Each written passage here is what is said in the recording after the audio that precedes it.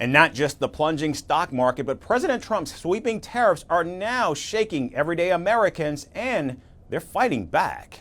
Over the weekend, a tidal wave of protests erupted across the United States and beyond as hundreds of thousands of people rallied against President Trump's policies and what organizers describe as a billionaire takeover of the American government.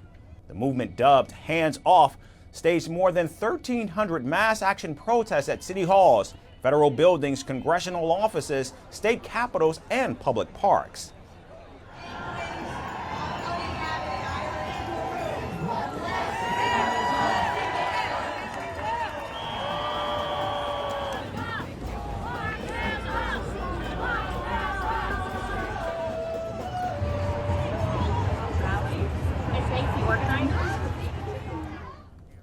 Protesters flooded the streets across New York, Atlanta, Boston, and Denver, as well as smaller towns and state capitals across all 50 states. According to Indivisible, a major group behind the demonstrations, nearly 600,000 people had signed up to attend. However, organizers claim that millions ultimately turned out coast to coast. I mean, the things that he's doing is not trying to make America better. He's ruining our infrastructure, like every department in our government. He's right now destroying our economy. He's taken away all of our allies. We're a pariah in the world.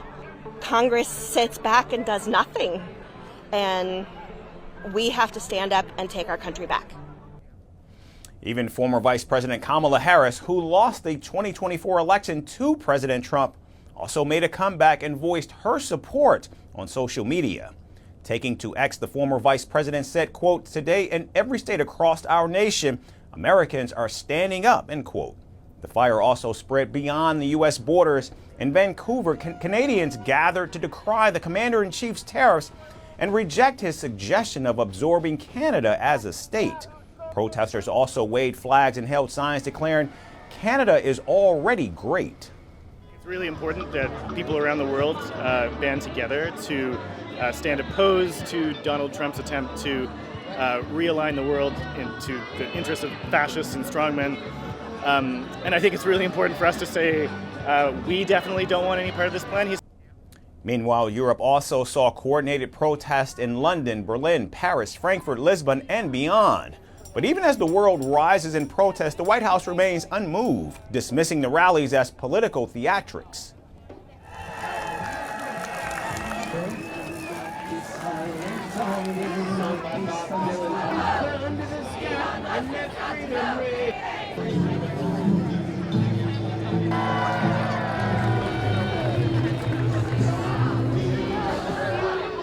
The way he's destroying our democracy, I mean, dismounting the whole government and his politics, his everything. I'm sorry to say, I'm a New Yorker originally, and I know what Trump's about. That guy is, he's poison. He's a liar. He's a thief.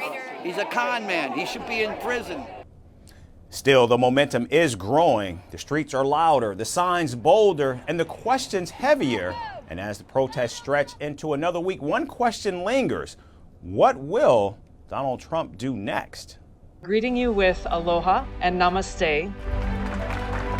I love India. Presence, occupation of a territory by another country pertains to India, what we saw in Kashmir.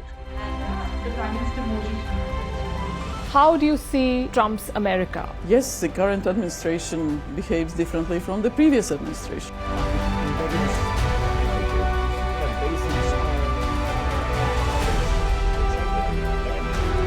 Are you saying that there are foreign powers who are trying to bring down the current government in Syria? Exactly. Iran, maybe Russia too. Prime Minister Modi committed to South-South, cooperation. Not over 50%. Is Ukraine prepared to pay the price for that peace? No compromises at the cost of territorial integrity and sovereignty.